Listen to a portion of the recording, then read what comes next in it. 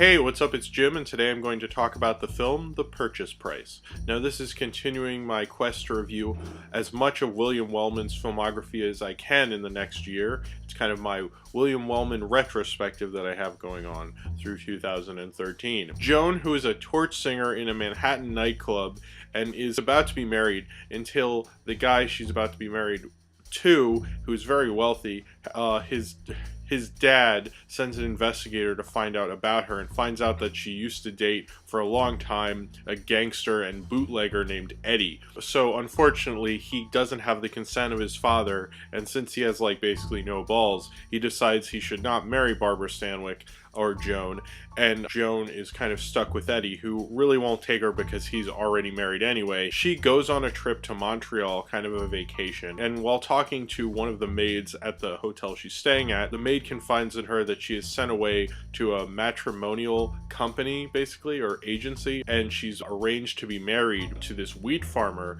but because she knew that no one would really like her if she sent away her picture, she sent Barbara Stanwyck's picture. She tells her this, and Barbara Stanwyck, who needs to get away because Eddie's goons have found her once again, decides she's going to go and gives her $100 to switch places with her, even though she's just switching places with the place that he thinks she's going to be in, the wheat farmer. So it's not really switch, she's just kind of doing.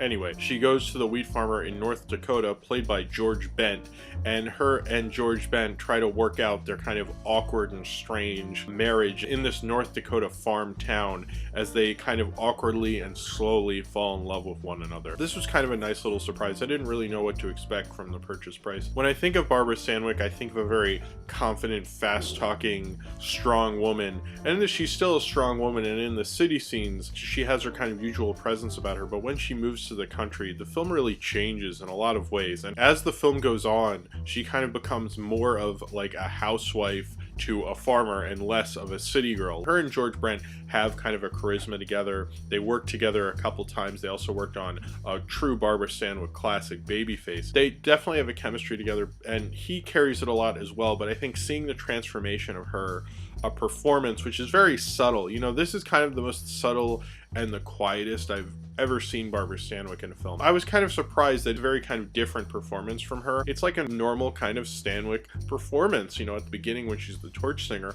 and it kind of evolves. She kind of becomes a different person throughout the film, throughout this experience of living in North Dakota. And the way Wellman directs all the North Dakota farm town scenes, he really makes it really depressing and strange. The way he uses sound when she first meets George Bent, the crazy wind feels like a really bad dream. Feels like a very strange situation that you almost don't want to be in, but she knows she's kind of stuck in, and the wind amplifies that. The wind sound in this film reminds me of something like what David Lynch would do later with Eraserhead. It does give this kind of surreal, strange, awkward quality to the whole film.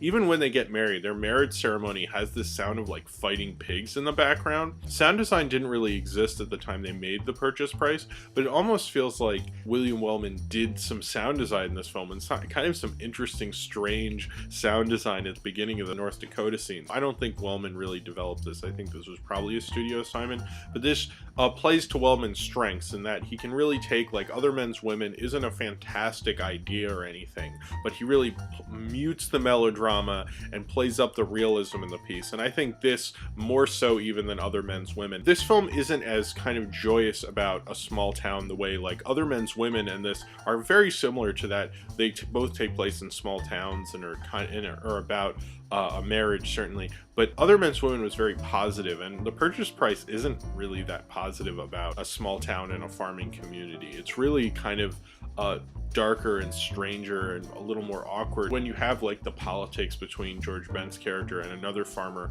who even wants to kind of basically purchase Barbara Stanwyck and have her character Joan clean his house and do his housework. That whole thing has this whole creepy element to it, and George Bent's character doesn't seem to be that into the townspeople. He's not that big of a part of the town. All the townspeople, they know each other, but they don't exactly love each other. I mean, it's not the same feel as Other Men's Women. I got kind of that uneasy feeling, especially I guess at the beginning it works because she's this city girl coming to the country, and kind of that weird, strange feel the country gives you when you come from the city. The plot of it kind of is is at first moving along in a very straightforward manner until she goes to North Dakota, and that's really like when the film it really changes. I mean, her life changes, but the film changes, and the film really isn't as much about the farm succeeding. It's a little more subtle and a little different, because it's kind of almost about their marriage coming together and her love for both George Brent and the kind of different lifestyle she's living. I mean, there's a whole sequence where she helps out this woman who just had a baby and her daughter who have been abandoned,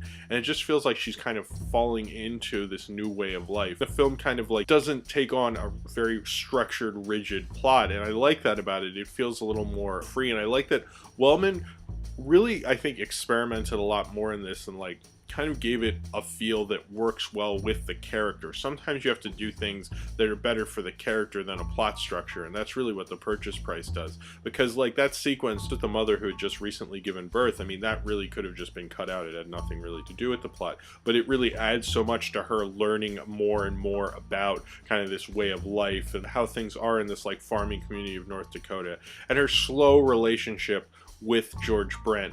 And I think her and George Brent, like, they slowly fall in love. She kind of loves him, I think, because he's so straightforward, and she kind of wants like a stable relationship. He's like a stable guy, and it's not in a way that's like, oh, they settled down, they're in love, she got her stable life. It shows how much work kind of marriage is and holding down a farm is. This is a 30s Warner's film, and it's a Wellman film, and both him and Warner's really like this gritty working class view of the world, and this film really has it. It's not easy for them running the farm. They run into a lot of complications. Even though this is a very Hollywood film, Wellman seems to be able to adapt it to like his own storytelling techniques. The gritty realism to it really adds a lot to the film. I think it feels very realistic. Stanwyck's performance and Wellman's direction make this film a lot more relatable and feel very real. It feels like a very little like 30s independent film more than a regular kind of studio 30s film, and really let you as an audience follow their love and kind of fall in love with both of them. Even though it is like such an awkward marriage. I mean, you can't understand why she's sticking around as long as she does at the beginning. You fall in love with the George Brent character of Jim Gilson like Barbara Stanwyck does. You know, you slowly follow him, you slowly like him as a character. He's not the most likable character, he's an awkward guy, he's not a very social person. You slowly start to like him, you like the idea of him, you like the idea of him and Stanwyck, and they start to work together. I think that's what makes The Purchase Price very special, I feel, because it's like an awkward romance film, but kind of an endearing one. And I think Wellman, you know, with the grittiness and with the realism he would bring to a lot of his films, brought that out a lot, and it lets you fall in love with the characters and understand their marriage in the end. You know, understand when they're working really hard in the wheat fields, why, you know, the sacrifices they've made. And even though at first, you know, they didn't look like they really got along much, you know, they worked it out and fell in love. It's almost like an arranged marriage. I mean, it was an arranged marriage. It's kind of like a very compelling arranged marriage love story, which is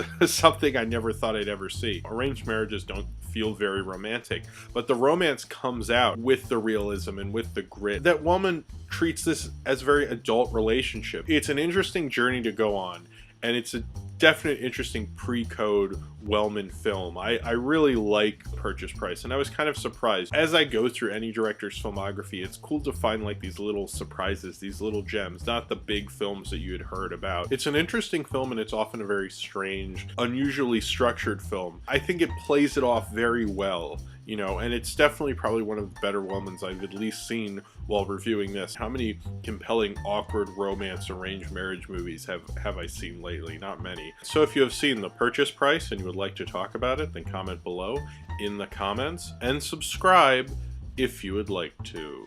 My next William Wellman film will be The Night Nurse, and that will be on not this Wednesday but next Wednesday. It will probably, I believe that's April 10th, so it'll be a little bit, but I'm gonna have a lot of videos between now and then it'll keep starting with The Night Nurse for a little bit. It will just be on Tuesdays and Wednesdays, none of this Sunday nonsense. I hope to see you next Wednesday, April 10th for The Night Nurse.